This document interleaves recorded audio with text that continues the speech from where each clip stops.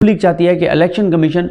ये कहे कि हम इलेक्शन नहीं करा सकते, और इलेक्शन कमीशन ये कहे कि हमें हल्का बंदियाँ करनी हैं। ये जो नए डिवीजन्स बनाए हैं, ये इन्होंने परवेज़ इलाही साहब ने नए डिस्ट्रिक्ट बनाए हैं, और वो जो काउंसिल ऑफ कॉमन इंटरेस्ट की जो वो है फैसला है जो ये कहते हैं कि पीटीआई करके गई थी, तो ये कहते हैं कि इस बुनियाद पर इलेक्शन हो नहीं सकते कि इस मरदमशुमारी पर, नई मरदमशुमारी के तहत और नई हल्काबंदियों के तहत इलेक्शन होगा जो अगला इलेक्शन है, तो अभी हम इलेक्शन करा ही नहीं सकते। लेकिन अब ये देखना है कि क्या सुप्रीम कोर्ट इस चीज़ को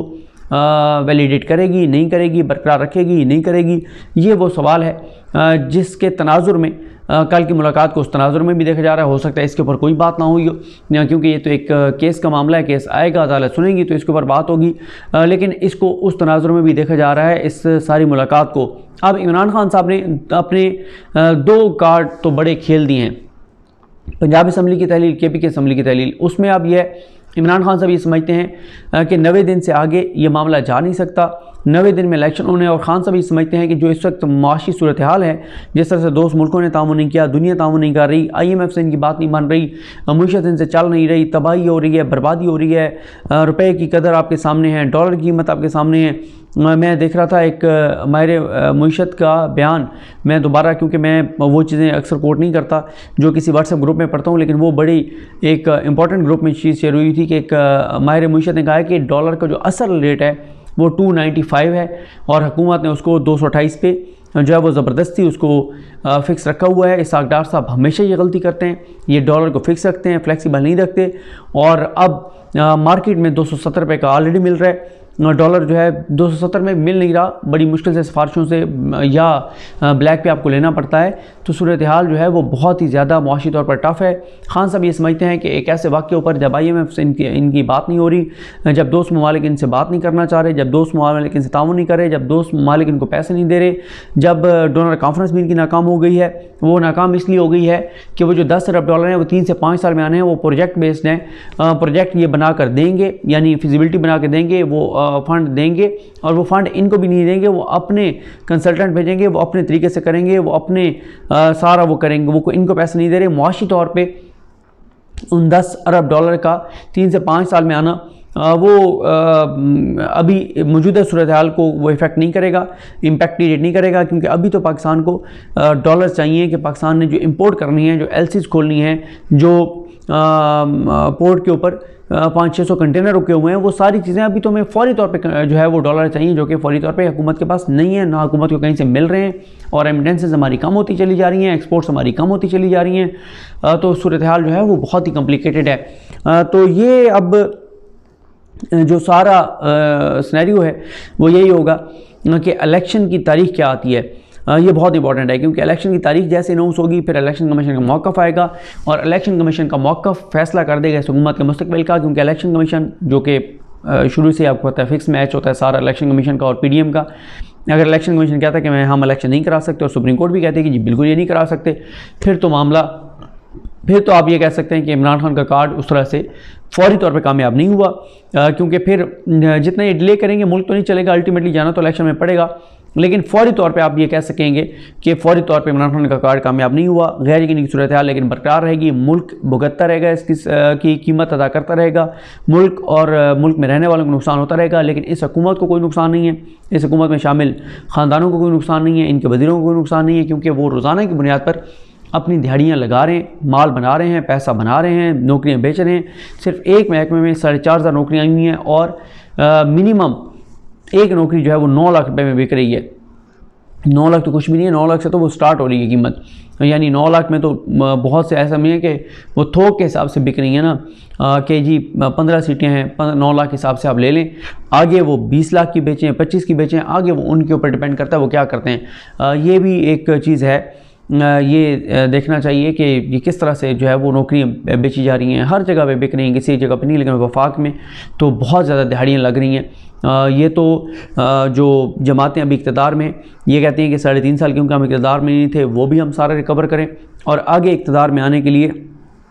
अगला इलेक्शन जीतने के लिए भी हम करोड़ों रुपए जो है वो हर जो MNA है, जो वज़ीर है, वो बना ले ताकि वो आगे इलेक्शन कैंपेन में उसको फ़ायदा हो। तो ये एक सूरत हाल है। मुल्क का नहीं सोचा जा रहा, मुल्क के अवाम का नहीं सोचा जा रहा, मुल्क की मसाइल का किसी को इदराक नहीं है, अवाम का किसी को एहसास नहीं है। बस हर कोई अपनी ज़ात से शुरू होता है, अपनी ज़ात तक है और अपनी ज़ात को देखकर फ़ैसले किए जा रहे हैं। लेकिन ये बहरहाल इम्पोर्टेंट है, मरीम नवाज़ को वापस अभी ना आना उनका,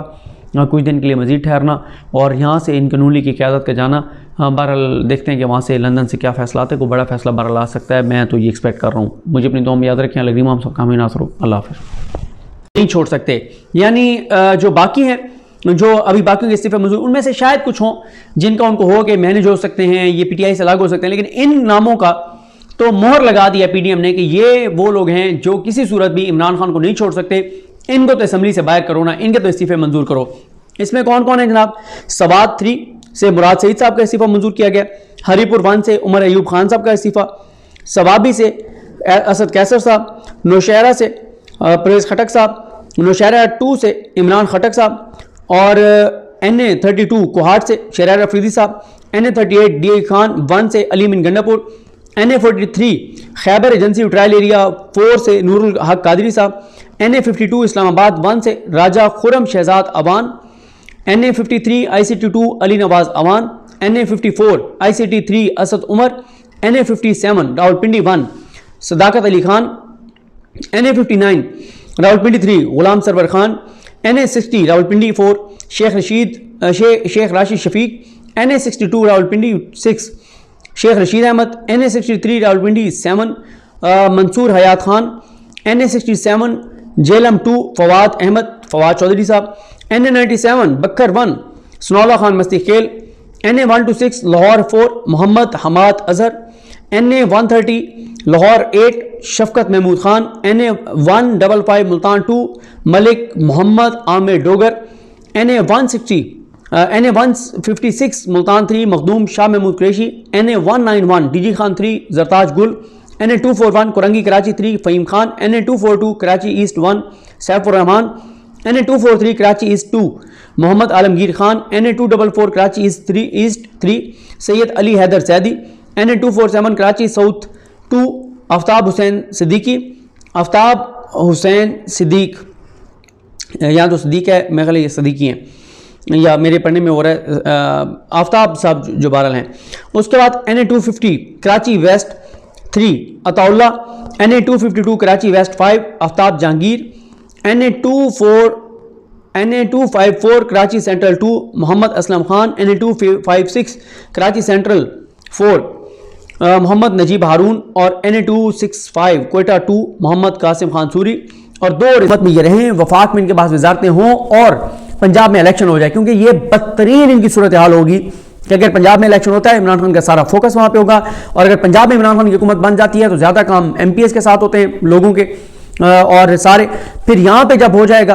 तो फिर क्या होगा कि तहरीक इंसाफ ज़ाहिर है फिर वफाक में अगर इलेक्शन होगा कौमी असम्बली का तो वो तहरीक इंसाफ बड़े आसानी से वो इलेक्शन जीत जाएगी। अब एक तो इस चीज़ पे है देखा जा रहा है कि कौमी असम्बली की जो तहलील है उसको तबालत जो है वो जो निगरान सेटअप है पंजाबी असम्बली का उसको तब्दील किया जा सकता है नहीं किया जा सकता, ये इनकी लीगल टीम को टास्क जो है वो दिया गया है। और इसमें यह है कि वो ये देख रहे हैं कि इसमें क्या क्या ऑप्शंस हैं, क्या क्या चीज़ें हैं, और अगर ये नहीं है तो फिर जो है वो असम्बली जो है वो बिल्कुल तहलील हो सकती है इस तरह से कि शहबाज शरीफ मुस्ताफ़ी हो जाएंगे और अक्सरियत किसी के पास होगी नहीं, तो इस तरह से इलेक्शन जो है असम्बली जो है वो तहलील हो जाएगी। असम्बली जैसे ही तहलील होगी तो उसके बाद फिर आप देखेंगे कि फिर सारे मुल्क में इंतखाबात होंगे, फिर कैसे से ये होगी कि पीपल्स पार्टी कहेगी सिंध असम्बली को हम चलाते रहेंगे, तो चला लें, फिर सिंध असम्बली से चलानी है तो, और ये बाकी तो फिर आप देखेंगे कि सूरत हाल बहुत ही ज़्यादा कठिन हो जाएगी इनके लिए, पीपल्स पार्टी के लिए। इनको भी इलेक्शन में जाना पड़ेगा क्योंकि अभी तो पीपल्स पार्टी इलेक्शन में नहीं जाना चाहती, और पीपल्स पार्टी का इलेक्शन में ना जाने की वजह भी समझ आती है क्योंकि पीपल्स पार्टी का सिंध में जो दिहाड़ी है रोज़ाना की बुनियाद पर उनको दिहाड़ी आती है, रोज़ाना की बुनियाद पर पैसे आते हैं, जितने महकमे हैं इदारे हैं वहाँ से जो करप्शन है लूट मार है उसका पूरा हिस्सा आता है, सिस्टम उसका नाम रखा हुआ था इन्होंने, और सिस्टम में बड़े साहब जो हैं जिनका नाम जो जरदारी साहब हैं उनको सारा हिस्सा जाता है, अदी फ़िलहाल तौर पर उनके अकाउंट्स होकर फेक अकाउंट्स केस में ये सारी चीज़ें आ चुकी हैं, और इसलिए वो तो नहीं चाहेंगे कि एक दिन भी पहले जाएं। जरदारी साहब, फजल रहमान साहब, वो भी नहीं चाहेंगे। उसकी वजह यह है कि फजल रहमान साहब को पता है कि अगला जो इलेक्शन है उसमें शायद इतनी सीटें भी उनको केपीके से ना मिले जो इस वक्त हैं, क्योंकि केपीके में और ज़्यादा इमरान खान की पॉपुलैरिटी इस वक्त बढ़ चुकी है। तो वो भी इसलिए कहते हैं कि जनाब जब तक ये असम्बली है रहे, क्योंकि उनकी जो वजारतें हैं उनके नीचे जो सीटें आई हुई हैं, जो असामियाँ आई हुई हैं, वो सीटें जो बिक रही हैं, जो पैसा बन रहा है, माल बन रहा है, जो वो सारी चीज़ें जिस तरह से वो वजारतों के ज़रिए काम करवा रहे हैं, अपने रिवाइवल की कोशिश कर रहे हैं। आपने देखा DI खान 2 बार शहबाज शरीफ साहब को लेके गए हैं, वहाँ चीज़ें करवाई हैं। तो ये सारी सूरत हाल है, वो भी नहीं चाहते। लेकिन मसला है नून लीग का, सारा गंद नून लीग के गले पड़ रहा है, गंद का टोकरा नून लीग ने उठाया हुआ है, बदनाम नून लीग हो रही है, तबाही नून लीग हो रही है, बर्बादी नून लीग की हो रही है। और इस सारी सिनेरियो में जो है वो अब ये लीगल टीम को ये टास्क दिया गया है कि जनाब आप देखें इस सारी सूरत हाल को कि क्या 90 रोज़ से आगे इलेक्शन को ले जाया जा सकता है, नहीं ले जाया जा सकता। और